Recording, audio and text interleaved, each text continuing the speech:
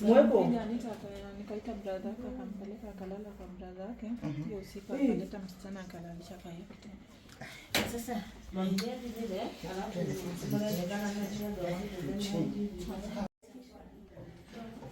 so knee damage.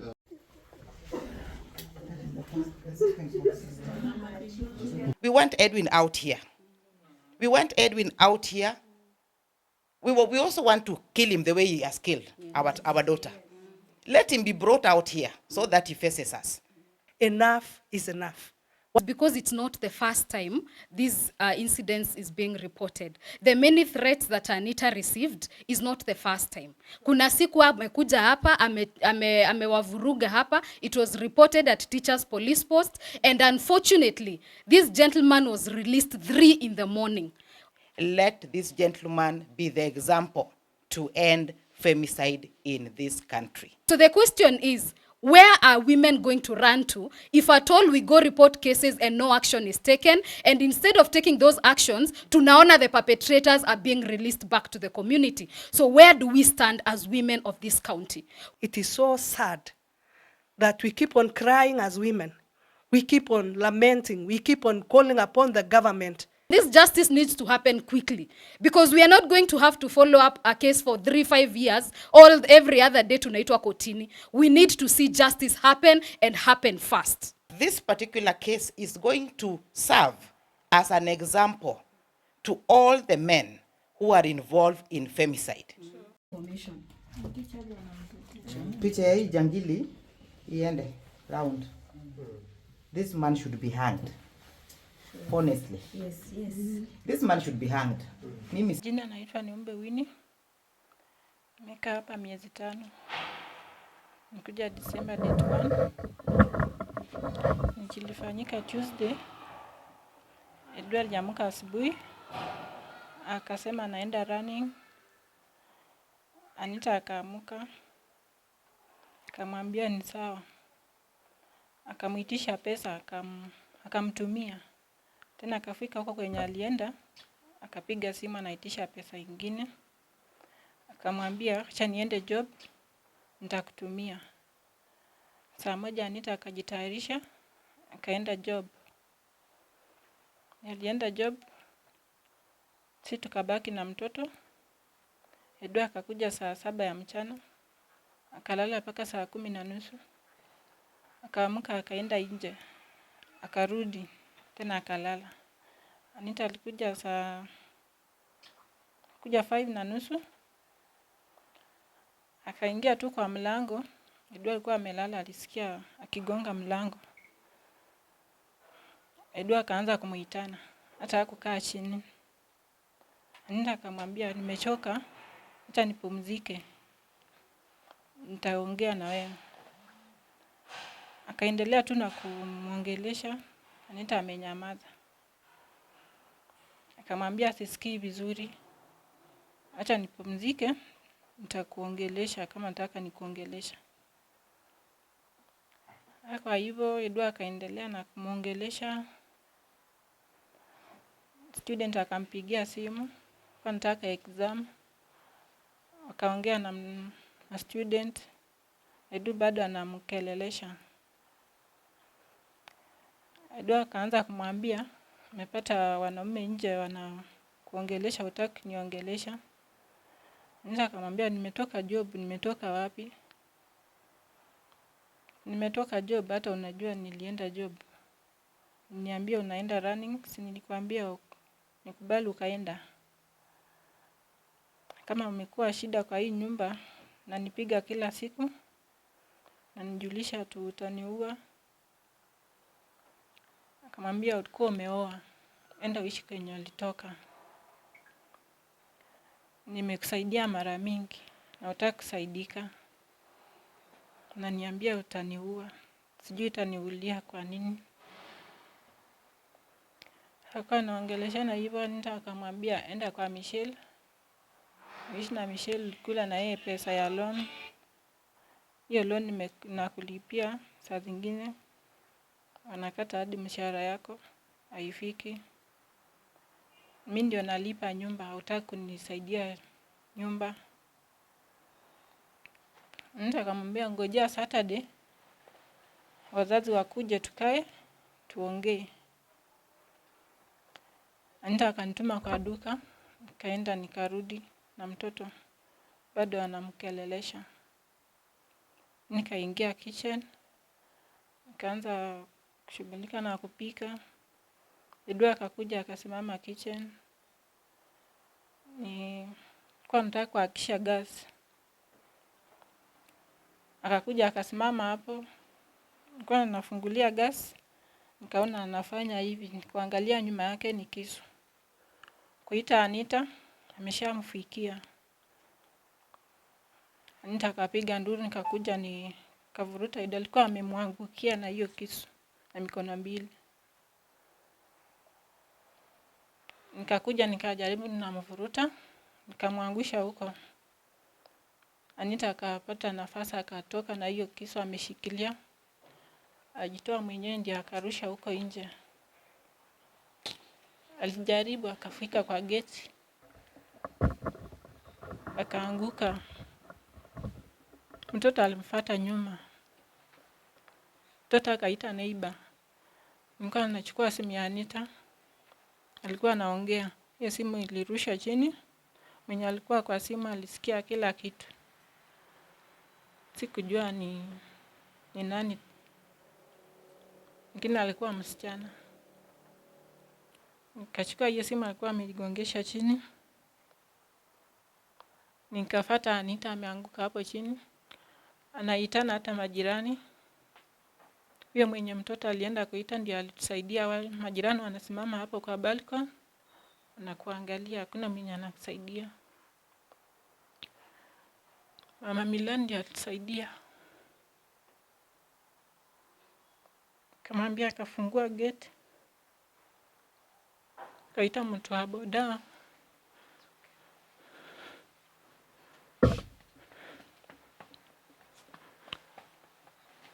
Tukamweka. Kampeleka Nairobi main. Tukaa dakika 10 bado alikuwa anaongea. 15 minutes. Huyo mama akanifuata. Nikajaribu kuita watu wake. Nilipata flow. Na mso. Wenye nilipata ndio wakaanza kutafuta watu. Akatuma driver wake akakuja. Wakatuambia amefariki. Edwa akakuja hapo nikaambia doctor. Simuonyeshe, simwambie ako hapa ni yeye amefanya hiyo kitu. Yeye alimuua.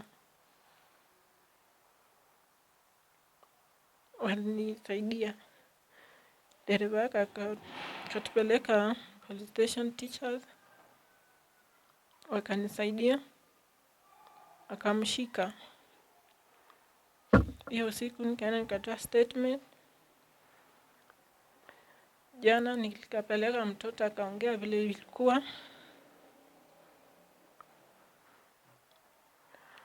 Akaandika. Neighbor alinisaidia. Bado ni yako. Top. Thank you very much. My name is Elga Riaga, CEC in charge of Gender, Youth Sports and Social Services, Nakuru County Government. Yesterday, we woke up to horrifying story in which one young girl, Anita, was killed by the spouse in this very house that we are talking to you from. And this is another case of femicide. And as Nakuru County, we are very sad about this. First of all, I say pole to the family. The mom is here. The sisters are here. There is a little girl, 4-year-old, who witnessed everything, how the mother was killed. And that is very traumatizing for the child. Now, I want to say this. We know the law will take its course. But again, I know it's going to be, the young man will be taken for for checkup, whether he's mentally okay. But let us remember that somebody has died and life is sacred. This is unacceptable because no human being has the authority to kill another person. And the cases of femicide are increasing by the day. And we seem to be living with it as if it's beyond. We cannot be living every day, a woman is killed and people are taken to court and somehow even the cases never see the end of the cases are never terminated. Now, this young man who has done this has threatened this lady several times. Even in April, he did the same. He was arrested, only to come back to this same house. So we are calling upon the authorities that are handling this matter to handle it to logical conclusion, and we want to see Edwin hanged for this particular case. Somebody must pay, and somebody must serve as an example to the men who are killing women like chicken. Yes. We are not going to allow this to continue. And in Nakuru County, the people who are dealing with these cases, for me, if you asked me, we want Edwin out here. We want Edwin out here. We also want to kill him the way he has killed our daughter. Let him be brought out here so that he faces us. Because there is no way we are going to talk about the law and people are being killed every day. So he has been arrested, he's in custody. But this particular case is going to serve as an example to all the men who are involved in femicide. This particular case of Edwin versus Anita, let it be the case study for ending femicide in this country. Yes. Mama, again, pole sana. I'm thinking about the 4-year-old girl who saw the knife being put into the chest of the mother, and the child is weeping. You have all gone to the bedroom. Everything is upside down. So this is somebody who has been planning to kill this young lady. It's not that he woke up to find himself killing the lady. It has been planned. And therefore, because he has planned this, I hope the law is going to take its course. In this particular case, let it not take long. Let it be the fastest case ever handled in this country about femicide. Before we wind up, I just want to give a word of caution to the authorities dealing with this. We know Edwin is a captain at the KDF. He's based in Gilgil. And we know we are in Kenya. We know cases are being covered and money exchanges hands. Now for this case of Edwin, please, the investigating authority, Edwin must face the full force of the law, irrespective of his title as a captain. Yes. We don't have titles in life. We all belong to God. We are children of God. So KDF, we are on your case. Edwin must face the full force of the law. Thank you. Okay. My name is Nkatha Mugao, the Executive Director of Frolics of Hope, and I also happen to be the chair of the GBV clusters and also the Nakuru Technical Working Group on GBV subcommittee.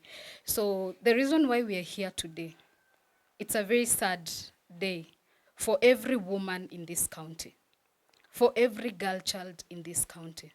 And the reason why we are here, we are not here because a life has been taken abroad. We are not here because Anita's life has gotten better. We are here because a light has been dimmed.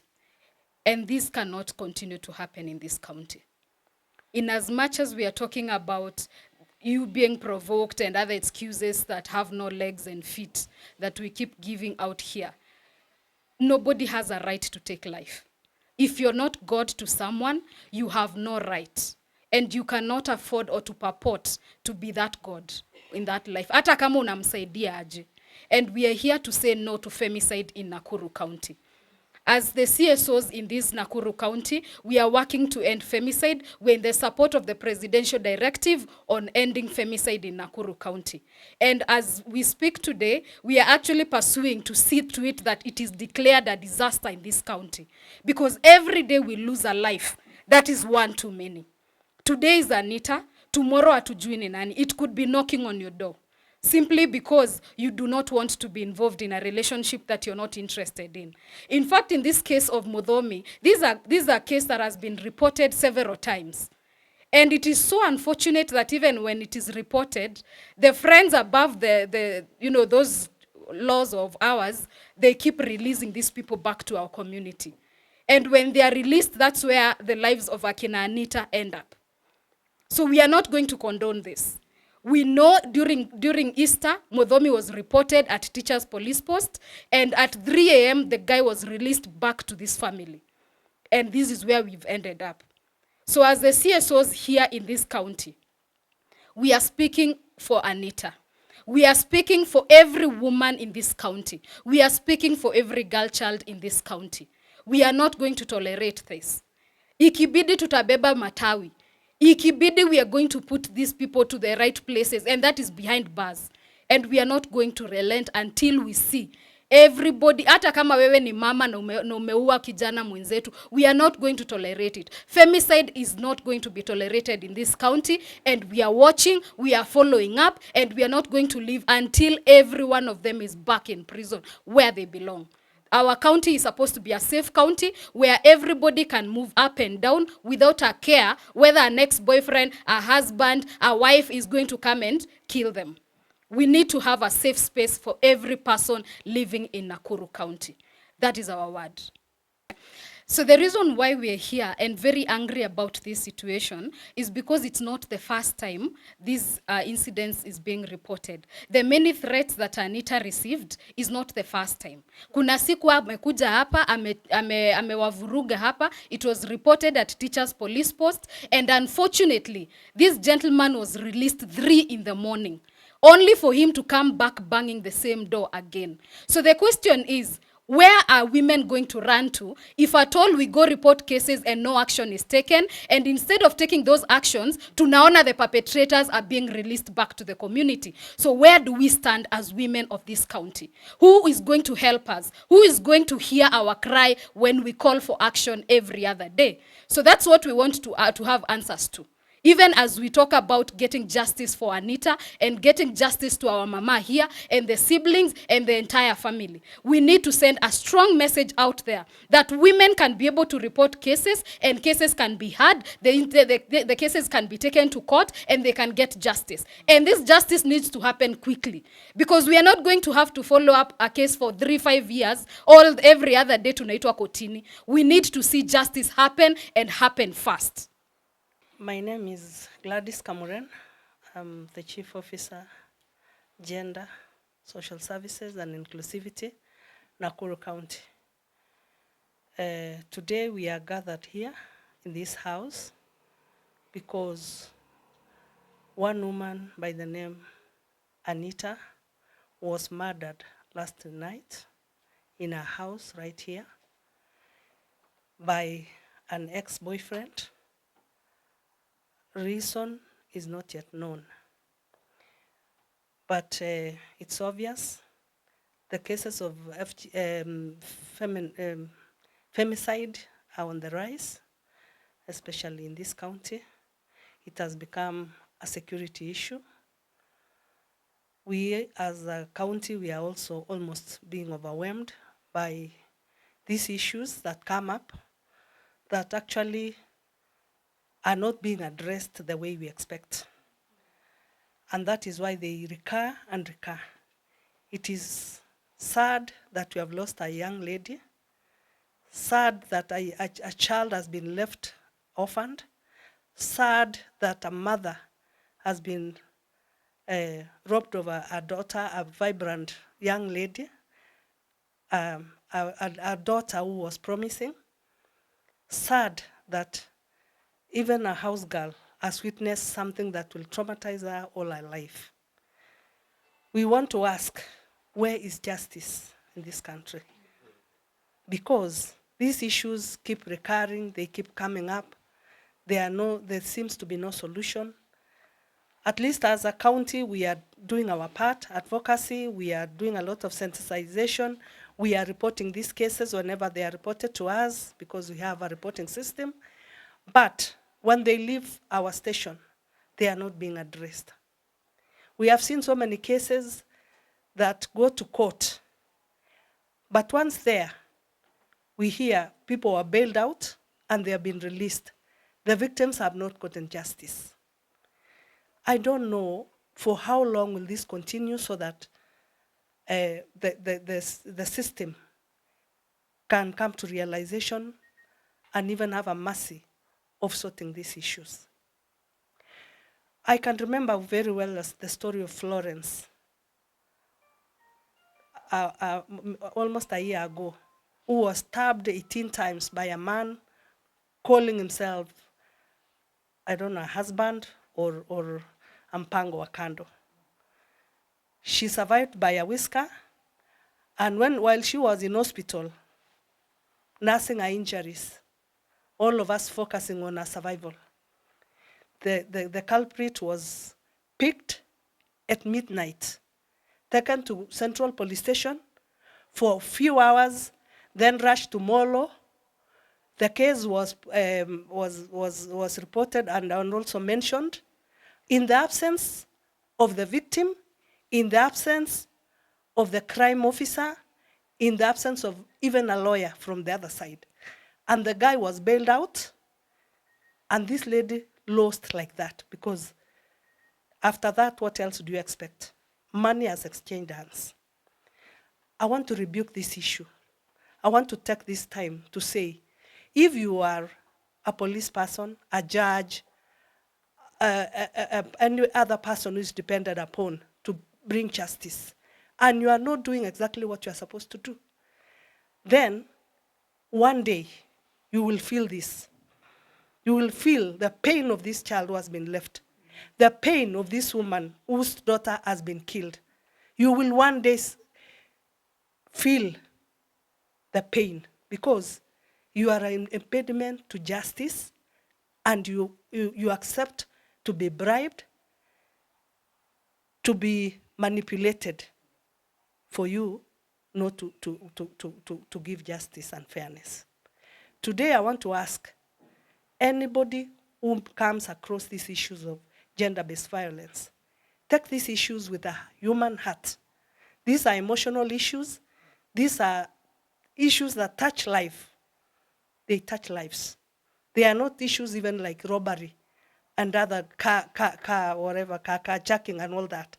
A vehicle can be taken away, but life and insurance can buy that vehicle. But life, once it's gone forever. It is so sad that we keep on crying as women. We keep on lamenting. We keep on calling upon the government. We keep on calling upon the judicial system to support. But every time, our cries fall on deaf ears. Today, we are just telling the government, enough is enough. What do we tell the government? Enough is enough. They should come to our rescue, because there's nothing we can do. We cannot count women dying. We want to tell the government to really look at this issue. We want to tell the judiciary to give the attention that it deserves. Even this one now being a militarian, we fear that this person may not even go to jail, even after doing this, because we don't trust these systems anymore. It's unfortunate. So I want to say the government of Nakuru has done a lot. We have introduced even a system of reporting, tracking the cases, but we register disappointment, because at some point we lose power completely, because after leaving our offices, the cases just die like that. So we want to call upon government to bring reforms in the judicial system in a way that all cases touching on chequetv should not be bailable. They should just not be bailable. Because when you bail out that person, he goes out and buys his way back. We want to also ask the judiciary that these cases should be given quick attention, because victims are taken round and round until they give up. So this one, it's a cry now. We are no longer even talking anything else. Kindly, those who are involved, if it's police, if it is ODPP, if it's judiciary, all those, please give the attention that this case needs. And you will have sorted one of the issues of women. Thank you. Majina yangu naitwa Florence Mugwelo. Kwa majina naitwa Florence Mugwelo. Mimi ni sister yake Anita. Na kenye najua relationship ya Edu na Anita, venye walikuwa wameoana, walikuanga wako sawa. Venye wamekaa, hiyo relationship imekuwa toxic sana. Na Edu amekuwa mtoxic juu time yenye Anita ana move on, bado Edu anamfikianga. Kila time amejaribu kuhama mara ya kwanza, Edu akamkujia. Akahama mara ingine, bado Edu akakuja. Na hii sasa alikuwa amehamia hapa, na ndio mipango yenye ilikuwa imepangwa Saturday wazazi wakutane, wa separate. Yeah. Okay. Mbele hapo. My names are Nancy Mudhoni Theuri, cousin to the deceased Anita Mugweru. On behalf of the family and more so the young relatives, one of our very own has left us. And we ain't happy about all this. We are bleeding. Like, all we want is justice for our very own. Are we together? Yes. My fellow family members, justice for our very own Anita. Yes.